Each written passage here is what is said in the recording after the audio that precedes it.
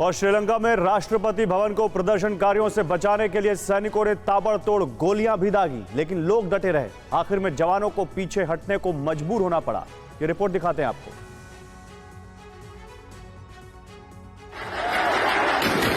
जब जनता हुंकार लगाती है तब गोलियों की बौछार भी बेकार हो जाती है। जब जनता का सब्र टूट जाता है तब ऐसी तस्वीरें सामने आती हैं। ये तस्वीरें उस वक्त की हैं जब श्रीलंका में आंदोलन करने वालों ने राष्ट्रपति भवन पर हमला किया था।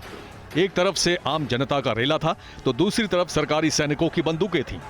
राष्ट्रपति भवन को आंदोलनकारियों से बचाने के लिए सैनिकों ने ताबड़तोड़ गोलियां दागी। जवान गोलियां बरसाते रहे और लोग डटे रहे।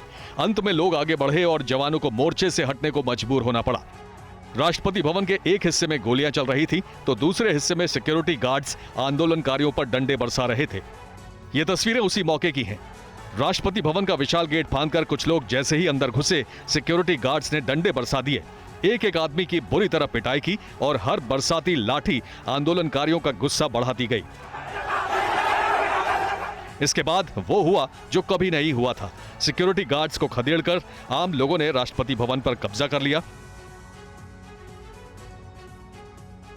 और इधर एक और खबर सामने आ रही है। श्रीलंका के अलावा दुनिया के कई देश चीन के कर्ज के जाल में फंसे हुए हैं। तो क्या श्रीलंका का ये हाल चीन की वजह से हुआ है?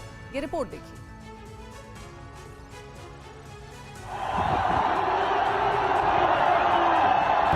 श्रीलंका आर्थिक बदहाली से जिस मुकाम पर खड़ा है उसके लिए जिम्मेदार कौन है?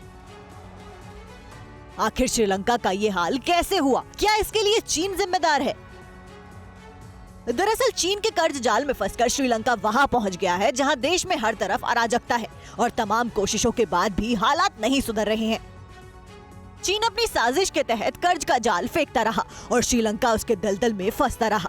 धीरे धीरे श्रीलंका का वही हश्र हुआ जो चीन चाहता था। वहां की जनता 2 जून की रोटी के लिए परेशान है। श्रीलंका की सरकार को समझ नहीं आ रहा है कि वो हालात से कैसे निपटे।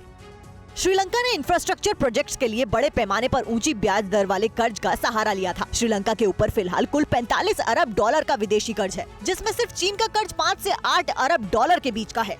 श्रीलंका ही नहीं, दुनिया के कई और देशों को भी चीन अपने कर्ज के जाल में फंसा रहा है। इसमें पाकिस्तान, म्यांमार, लेबनान, मिस्र, जिम्बाब्वे, नाइजीरिया, सोमालिया, नेपाल और युगांडा शामिल है। आने वाले दिनों में इन देशों का अंजाम भी श्रीलंका जैसा ही देखने को मिल सकता है।